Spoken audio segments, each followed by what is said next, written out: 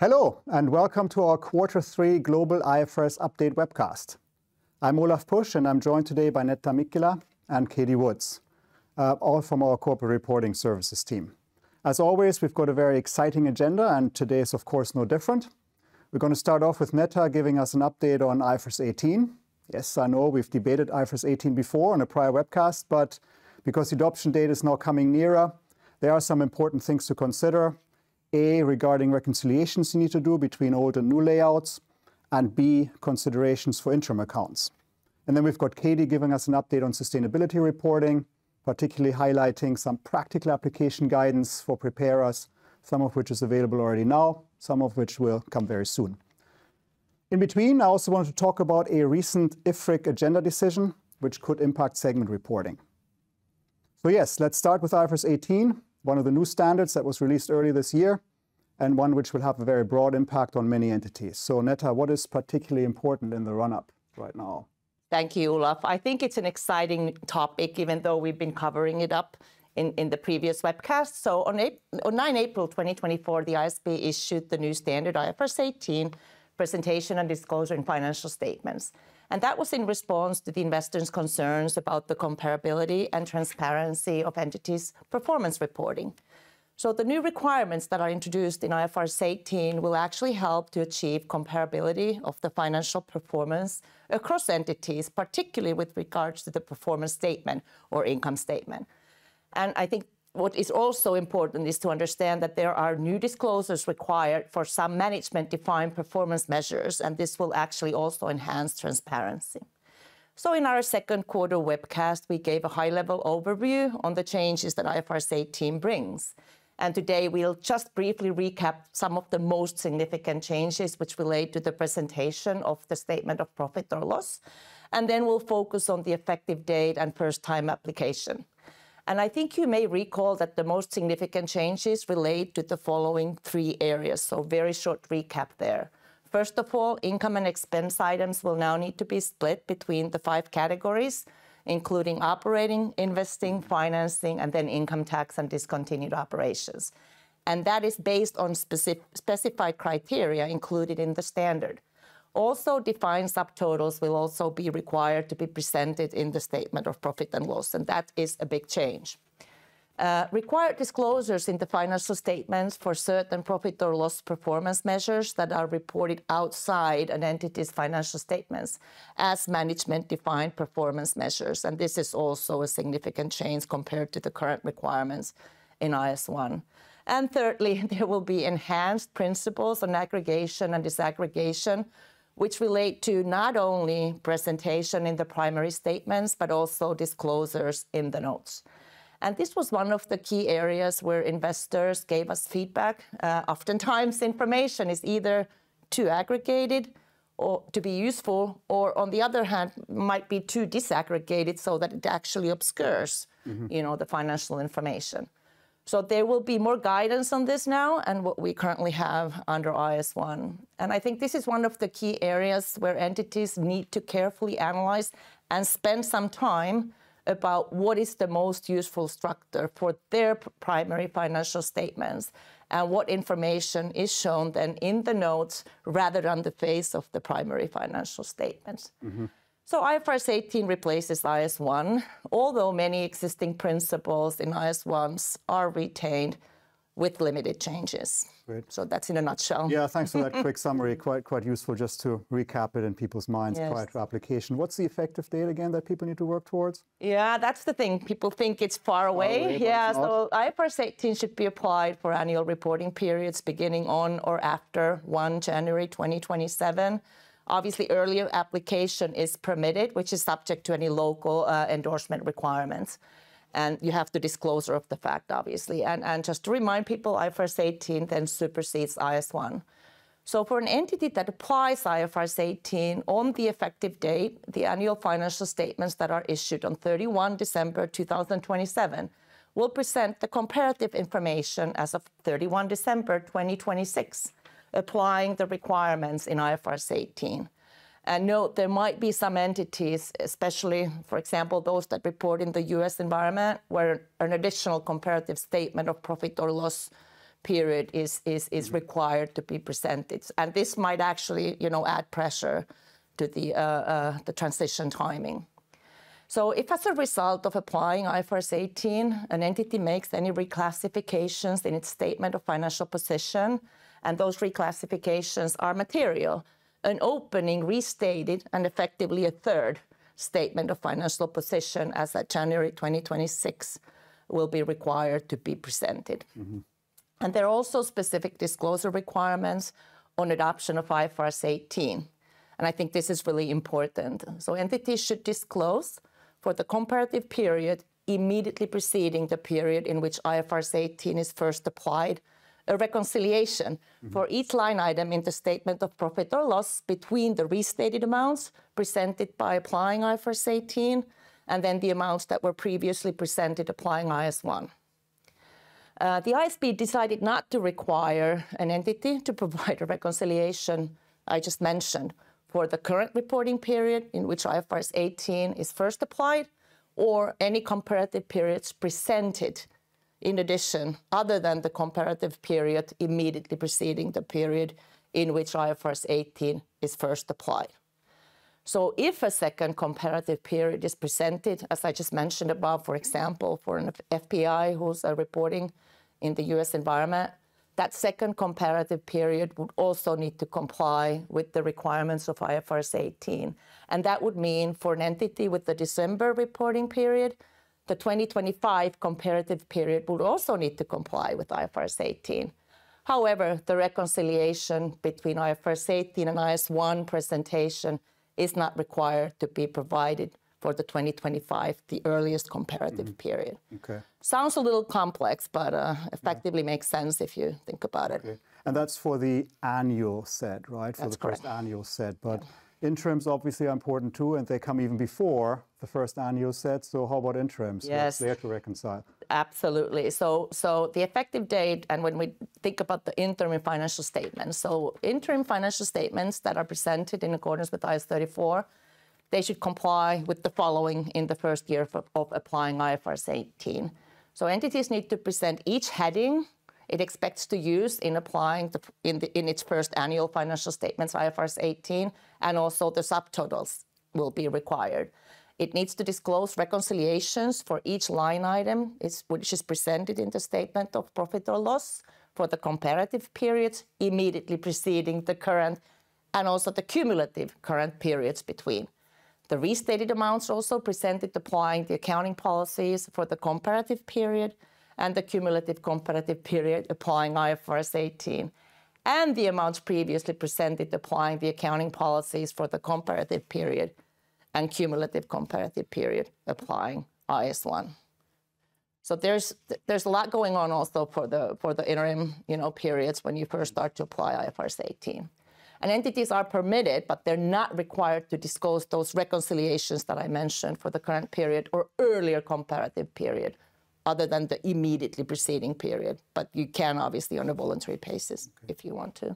Okay, thanks, Netta. Well, that's a lot. Thanks for taking us through that. So I assume people will need to go into detail and read that again. And look at the guidance available in the point. I mean, time will fly. Before you know it, you're going to have to do the first interim set on the new standard. Yeah, but Olaf, in the very short term, I think there's another possibly impactful piece of guidance that came from the IFRIC, this time in the form of an agenda decision approved by the board late this July. Yeah. If you prepare segment reporting, you should pay close attention to this. Yeah. What do you mean? What do you think, Olaf? Yeah. Can you walk us through that? No, absolutely. You will see on the slide here the title of this agenda decision. It's Disclosure of Revenue and Expenses for Reportable Segments. So the whole thing is around what specified items which are listed in IFRS 8 for segment reporting, which ones do I need to disclose in my segment reporting by reportable segment broken down.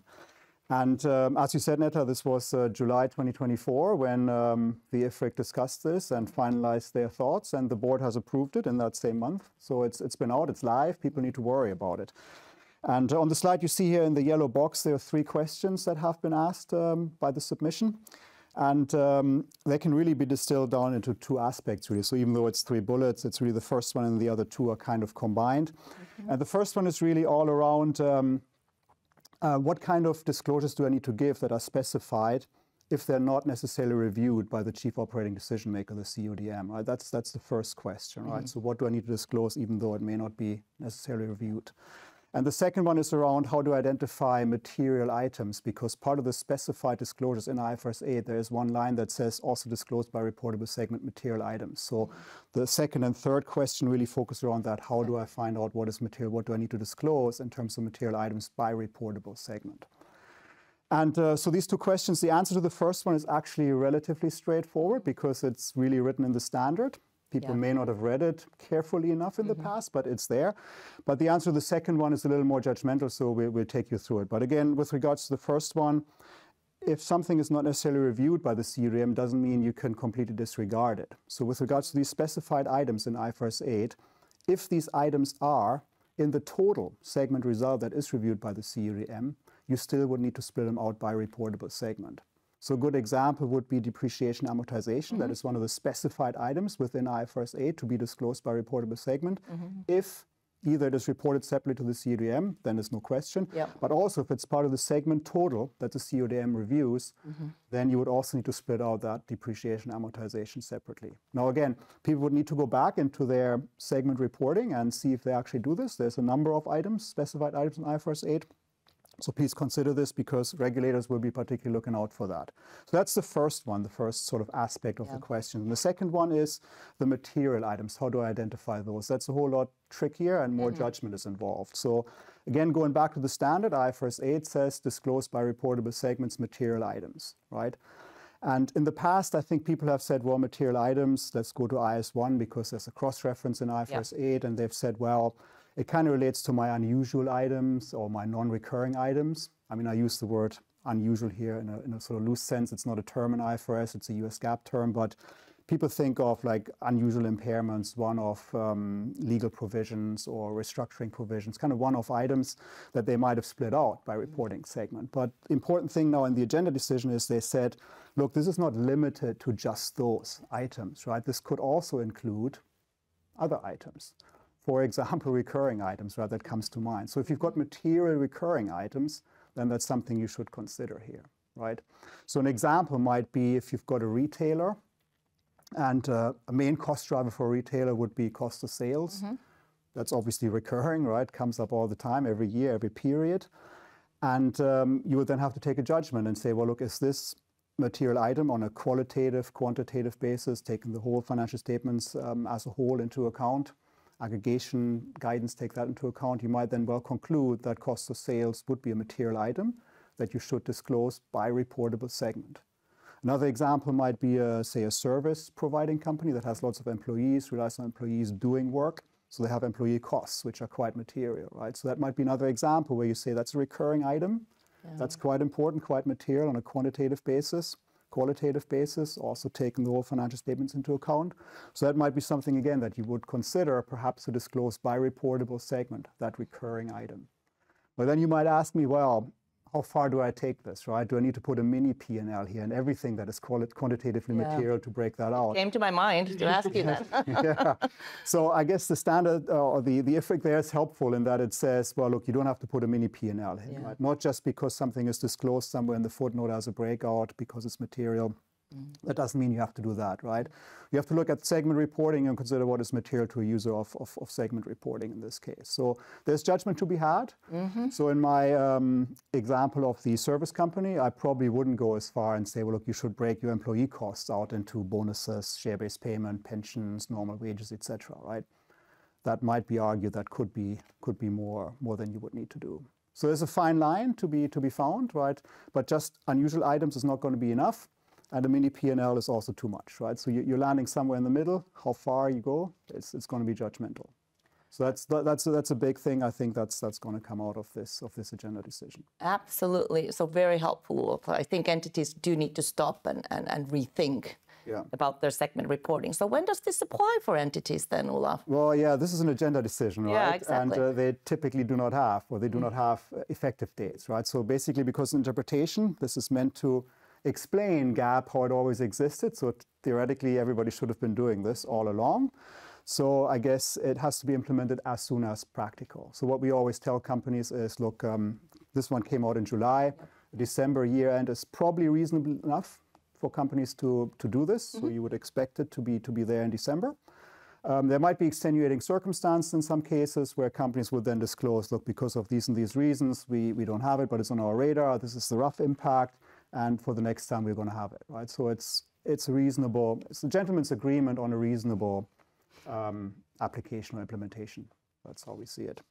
Okay, Olaf, so just kind of recapping it, the key message that you have here is that entities need to start looking at their segments reporting. And if there are material recurring items in the income statement, but not in the segment note as they currently report, then they need to start analyzing if they need to actually provide further disclosures in the segment note. Absolutely. And the time is now. Yeah, take a good look at this agenda decision that might impact your segment reporting. Yeah, absolutely. And I think regulators might be interested in this particularly as well, because they are. I assume so, yes. So thank you, Olaf. We'll have a good, that's great. Shifting gears now a little bit into the sustainability world, Katie. We thought people would appreciate a quick update on now that people start to implement these reporting standards. What can we offer as help? What do we have out there? Well, listening to you two talking about all that's going on, obviously there's a lot going on in the sustainability world. There always is. And for those of you who were at our previous update, we spoke about the imminent release of the Sustainability Reporting Guide, or SRG, as we like to refer to it. I'm pleased to announce it's there, it's out there. The first 8 chapters of the SRG have now been released onto PwC Viewpoint. So people can access it, it's there and it's available. What do they cover? They provide guidance on cross-topic issues, so more of the fundamental basis issues. It covers the Greenhouse Gas Protocol and also the taxonomy legislation, which is really quite complex. It's only an introduction to that. And it's not just covering one of the frameworks. So the key thing about our guidance is that we've covered the IFRS Sustainability Disclosure Standards. We've got the European Sustainability Reporting Standards, the ESRS, and then the US-related sustainability reporting requirements. I'm not going to say the SEC because it covers other areas as well, because there's a lot going on in the US. And as I said, the EU taxonomy regulations as well. So the 8 chapters are listed on the slide, and you know, they can provide a quick reference of the sort of areas that we're covering. I don't want to cover too much of what it doesn't cover, but it's worth mentioning this isn't a similarities and differences. We're not saying you can do this in this and you can't do it in here. What we're doing is to provide insights, recommendations regarding key principles, paragraphs, other content within the frameworks. So the chapters also provide further guidance. So we're looking at interpretations of nuances, as well as other challenging areas within the requirements. And, you know, these are real principle-based standards. ESRS are more detailed, but it's actually getting to that detail that we're trying to provide as much as we can. So let's think about a couple of them. And I've listed them on the slide, but the entities, assets, and operations, which are required to be included in the reporting, are called or referred to as the upstream and downstream value chain. Now, if you were being pedantic, the value chain also includes the own operations. But these concepts are not as well established for financial reporting and are quite new in the sustainability reporting world. And so certainly the implications on group entities of value chain reporting is included. I am sure you've heard about the materiality debate. Materiality is a key concept, and it determines the information to be included in an entity's sustainability reporting. Not to be complex, but each framework has a different materiality approach. So for the ESRS, it requires an entity to consider impacts, risks, and opportunities. Whereas from a ISSB or an IFRS Sustainability Disclosure Standards, we're looking at just risks and opportunities. Whereas from an SEC reporting perspective, for example, we're required to look at climate-related risks and opportunities. And the chapter is actually really helpful in the way it cross-refers back and forward between those different areas to show where the similarities are. I would say it's good, but I do believe it actually is helpful in that respect. It is helpful. The other one area, which is all new to all of us in the accounting world, is that of the Greenhouse Gas Protocol. So each of the frameworks references to a need to apply the Greenhouse Gas Protocol. So we've got a separate chapter in the SRG that looks at this. It not just goes into the Greenhouse Gas Protocol and looks at how emissions are calculated, which is a whole new world, really is, but also looks at the area of organisational boundary, and that's working out which operations owned or controlled by the reporting entity are needed to have those emissions reported. And it differs depending on the sustainability framework you're working in. So for the ISSB, then there's a choice of different options that are provided in the Greenhouse Gas Protocol. So you've got equity method and a couple of other methods, operational and financial control. When it comes to the European Sustainability Reporting Standards, the ESRS, there's a specific requirement. So if you've got a group where you're consolidated, then you need to follow the specific requirements of financial control. Whereas if you are looking at joint ventures, associates, other unconsolidated arrangements, then it's operational control. So you'll actually specify the particular control that you need to follow. So I mentioned organisational boundaries, so looking at what the structure is. There's then the operational boundary. So are these direct greenhouse gases from the entity, or are they other sources of emissions, so indirect? And that leads to perhaps the areas you've heard of Scope 1, Scope 2, or Scope 3 greenhouse gases. So looking at those different aspects once you've identified which organisations are included. So a really, really comprehensive chapter, about 120 pages, but well worth for those, getting into using the Greenhouse Gas Protocol. Lastly, we've got a chapter that focuses on the baseline disclosure requirements. So baseline consideration of governance, strategy, risk management, and metrics and targets. And these were first introduced by the Task Force on Climate-Related Financial Disclosure. You probably more likely know them as TCFD. So leveraging from that framework, which a lot of territories are still referring to or moving from, allows for, that voluntary disclosures that following. We cover that structure in the SRG. So we're all pretty used to that structure. We're used to a structure which we have in financial reporting. You talked about IS1, you talked about IFRS 18, but this chapter then helps take preparers, users, etc., through the way in which reporting is sort of structured.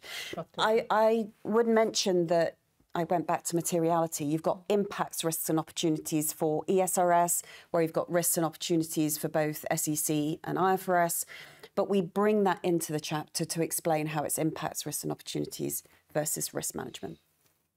So I'd encourage people to look at the guidance, as well as watching the space for further updates. We have a plan for topical chapters to come out very soon, also updates to the EU taxonomy chapters.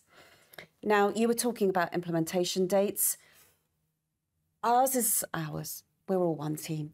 The sustainability reporting is actually slightly different, where it is dependent on regulatory decisions as to when it's brought in. For ESRS, there are certain dates from this year, 2024. For ISSB, it is dependent on the particular jurisdiction you're in.